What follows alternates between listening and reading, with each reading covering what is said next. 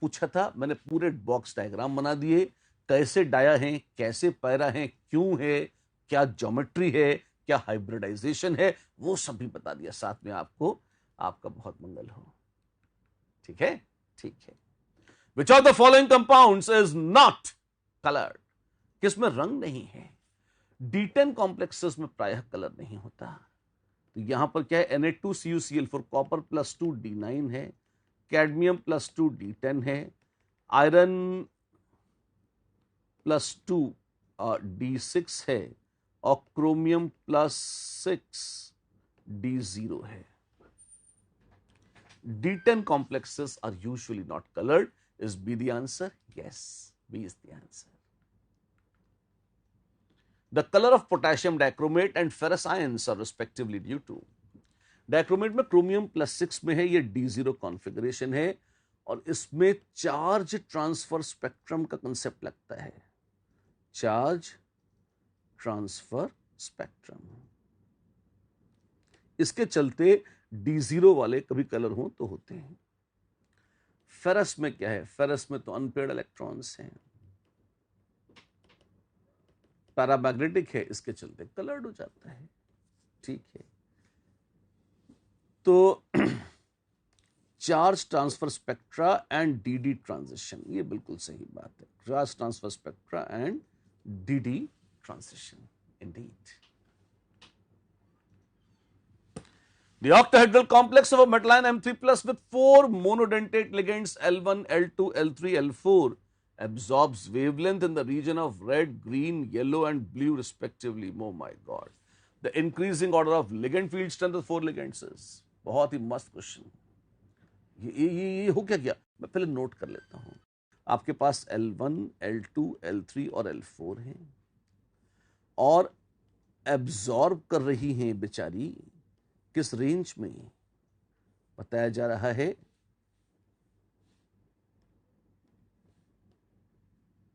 Red, green, yellow and blue में।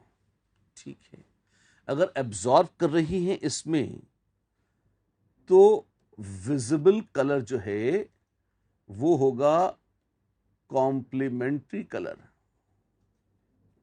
जिसकी यहां चर्चा नहीं हो रही, जिसके बारे में कुछ पूछा नहीं है। लेकिन एक बात बहुत साफ है, अगर रेड एब्जॉर्ब हो रही है तो रेड की, इसमें इंक्रीजिंग ऑर्डर ऑफ वेवलेंथ क्या है, इंक्रीजिंग ऑर्डर ऑफ, बल्कि ऐसे यहां देखते हैं, रेड से ज्यादा एनर्जी है ग्रीन की, ग्रीन से VIBGYOR, तो रेड से ज्यादा है येलो, उससे ज्यादा है ग्रीन। ठीक है, तो L1 से ज्यादा है L3, उससे ज्यादा है L2, उससे ज्यादा है L4। ये ऑर्डर है एनर्जी एब्सॉर्ब्ड का, और जो एब्सॉर्ब हो रही है वो डेल्टा ओ के प्रोपोर्शनल है। तो यही ऑर्डर है किसका, ऑर्डर ऑफ डेल्टा ओ। तो क्रिस्टल फील्ड स्प्लिटिंग L4 में सबसे ज्यादा है, तो फील्ड स्ट्रेंथ लिगेंड L4 की सबसे ज्यादा होगी, तो L4 सबसे ज्यादा होगी। ऐसा है, हाँ ऐसा है। और L1 सबसे कम, तो L1 3 2 4, आप देखिए ये ऑर्डर आ गया। तो क्या ये सही है? जी हाँ, यही तो है सही। Which complex compound obeys 18 electron rule? 18 electron rule rarely ही कोई फॉलो करता है, जिसमें 18 इलेक्ट्रॉन प्रॉपरली आ जाए ढंग से, इज्जत से। इसमें काम करते हैं, वैलेंस इलेक्ट्रॉन्स निकाल लेते हैं, कितने हैं, जैसे वेनेडियम है आपके पास, आयरन +2 है, निकल है, और मैंगनीज +2 है। ठीक है, तो वेनेडियम होता था, आर्गन तो थी ही, आर्गन के अलावा 3D3 4s2, फेरस 3D6, निकल 3D8 4s2, और मैंगनस 3D5। ये इनके इलेक्ट्रॉनिक कॉन्फ़िगरेशन है। तो इसमें 5 इलेक्ट्रॉन हैं, इसमें 6 हैं, इसमें 10 हैं, और इसमें 5 हैं। और फिर 5 CO ताई, तो कितने, 15 इलेक्ट्रॉन्स आ गए। वैलेंस में, अपने को 18 मांगते हैं, 15 आए हैं यहाँ पे 6 इंटू 2 ये 18 है, ये फेरस बढ़िया है, फॉलो कर रहा है 18 क्योंकि 18 इलेक्ट्रॉन हो गए इसमें। निकल में कितने हो गए 10 प्लस 6 इंटू 2 यानी हो गए 12 और 10 22 कुछ ज्यादा ही हो गया इसमें तो, नो पाप लगा। और मैंगनीज में 5 प्लस 6 इंटू 2 ये 17 ही रह गए, दिल के अरमासू में बह गए, 18 न हो सके अभागे। बी ऐसा कॉम्प्लेक्स है जिसमें वैलेंस शेल में 18 इलेक्ट्रॉन है ऐसा लगता है, तो वो 18 इलेक्ट्रॉन रूल फॉलो कर रहा है, बिल्कुल सही कर रहा है। Choose the correct options regarding synergic bond. A, it is formed by the back donation of metal atom to the ligand. ठीक है, मेटल से लिगेंड में इलेक्ट्रॉन वापस आ जाए तो ही होता है, बात तो ठीक है। Internal bond length of ligand and metal ligand bond does not vary due to synergic bonding. Of course very करेगी ना, छोटे हो जाएंगे भाई। अगर सिनर्जिक बॉन्डिंग हो रही है इसका मतलब एक सिग्मा पहले से था और पाई बॉन्ड और बन गया, तो अगर पाई ओवरलैप हो गई तो शॉर्ट हो जाएगा ना। यहां बोला है कि bond length of ligand and metal ligand bond length does not change due to synergic bonding. झूठ है, वो छोटे हो जाते हैं बॉन्ड्स। अच्छा, it is a sigma bond form between a metal, ये भी झूठ है, it is a pi bond. सब झूठी झूठ है, खाली ए सही है। A is correct, yes A is correct, बिल्कुल। The bond order of CO bond after back bonding. जब बैक बॉन्डिंग होती है तो मेटल कार्बन बॉन्ड का ऑर्डर बढ़ जाता है और सीओ बॉन्ड का ऑर्डर कम हो जाता है।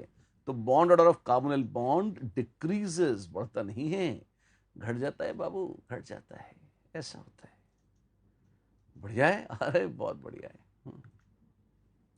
In Tollens reagent the oxidation number, Tollens reagent क्या है? टॉलरेंस रिएजेंट है AgNH3 होल ट्वाइस प्लस। कभी कभी लोग Cl माइनस को भी लिखते हैं पर महत्व उसका है नहीं ज्यादा, यही टॉलरेंस रिएजेंट है। ऑक्सीडेशन नंबर है +1, कोऑर्डिनेशन नंबर है 2 और EAN effective atomic number of central metal ion पूछा है। इफेक्टिव एटॉमिक नंबर सिल्वर का एटॉमिक नंबर कितना होता है? 47। उस पर चार्ज है +1 तो उसको घटा दीजिए, 46 इलेक्ट्रॉन बचे, +2 × 2, 2 अमोनियाओं ने हर एक में 2 इलेक्ट्रॉन दिए तो ये हो जाएगा 50। तो इफेक्टिव एटॉमिक नंबर हो जाएगा 50।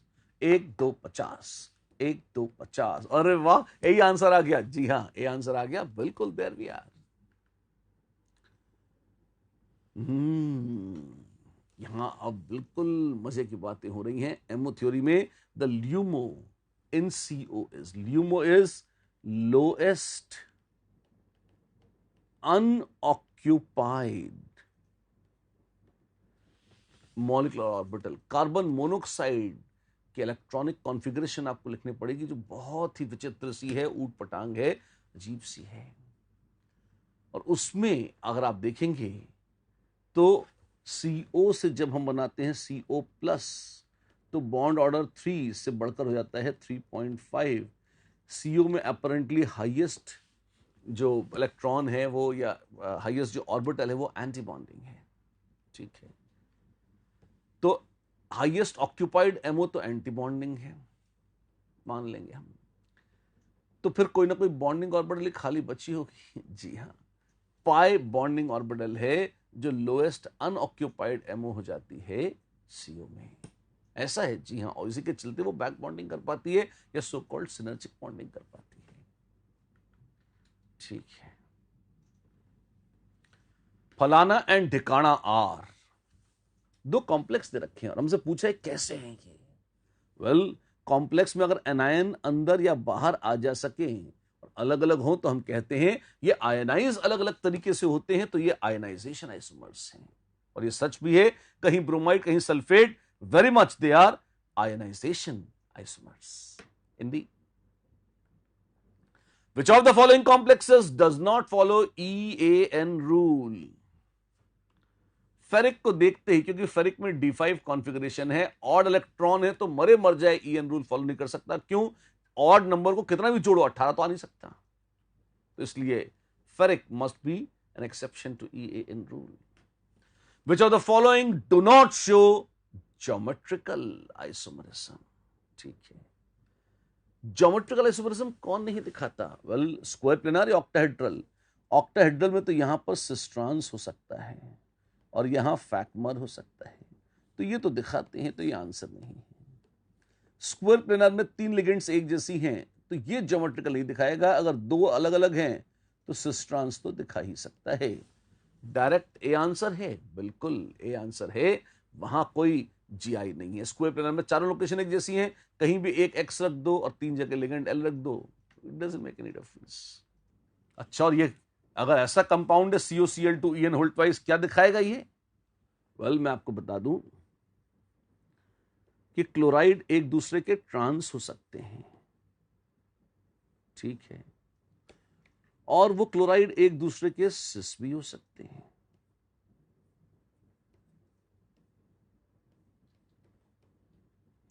तो ये ज्योमेट्रिकल आइसोमरिज्म तो दिखाई देगा। यही नहीं, ये कायरल भी है। जब भी बाइडेंटेट लिगेंड्स हों और 2 बच्चे कुछ सिस हों तो ये कायरल अवश्य होता है। तो ये ज्योमेट्रिकल दिखा सकता है, ये ऑप्टिकल भी दिखा सकता है, बी एंड सी दोनों दिखा सकता है बाबू।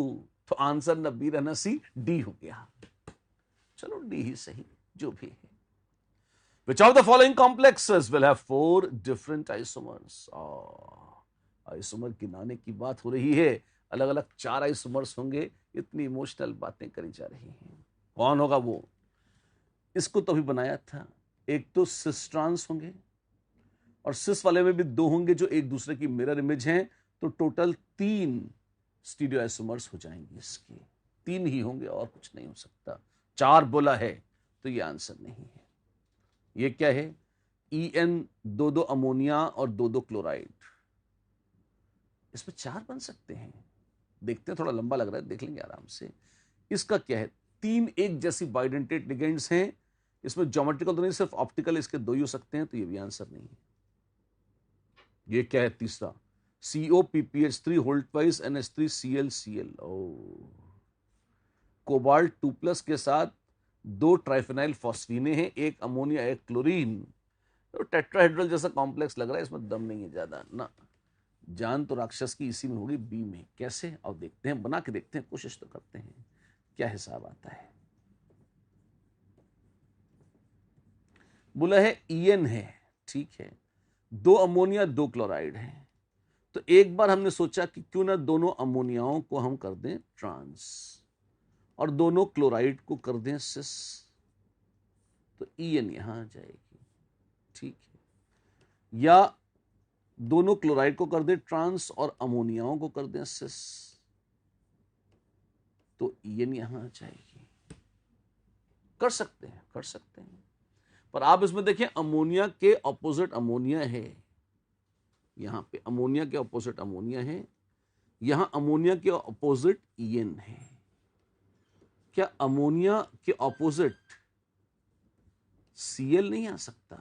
आ सकता था कि भाई एक काम करें, EN यहां लगा दें, Cl यहां लगा दें, तो एक अमोनिया के ऑपोजिट एक Cl आ जाए, ठीक है, आ सकती है। बड़ी गंदी चीज ढूंढ के लाए हो, गंदी तो है जैसी भी है, और अगर गौर करें तो ये कायरल भी है। क्या बात करते हो, कायरल है? यस, ये कायरल है। तो बेशरम इसकी एक मिरर इमेज भी होगी, बिल्कुल होगी। 3 तो ये है और एक मिरर चौथी, तो 4, यही तो हम कह रहे थे, 4 डिफरेंट आइसोमर्स हैं। हाँ, हैं किसमें? बी में। मैंने पहले एलिमिनेशन से किया था कि ACD तो है नहीं, तो बी होगा। अब डायरेक्ट करके भी दिखा दिया, दोनों तरह से कर दिया। आप देखिए जैसे आपको अच्छा लगे। And this brings us to the final question of the day. And what is that? It says, which of the following statements is true for the square planar complex PT Glide hold twice? PT Glide hold twice, ध्यान दें। वैसे तो ये square planar complex है, ठीक है। Glycinate है NH2 CH2 COO, ऐसे। अच्छा, ऐसा? जी हाँ। और NH2 CH2 COO, ऐसे। कायरल तो ये है नहीं। हाँ, तो सीधा लगाओ या एक को पलट कर ऐसे लगा दो, पलट ही सकते हैं और तो कुछ कर नहीं सकते, तो दो ज्योमेट्रिकल आइसोमर बन जाएंगे। It shows only optical, never. It shows only geometrical, yes. It shows both, no. It shows, it lacks both, ना। एक ये बन रहा है और एक इसी की मिरर इमेज NH2CH2COO, और यहां NH2CH2COO ऐसे बन जाएगा।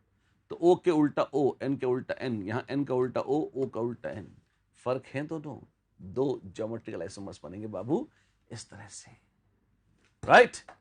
तो चलो, किसी के साथ आज की कहानी होती है समाप्त। भयंकर धुआंधार back to back revision transition elements यानी कि डी एंड एफ ब्लॉक का, और उसके साथ साथ कोऑर्डिनेशन कंपाउंड्स का।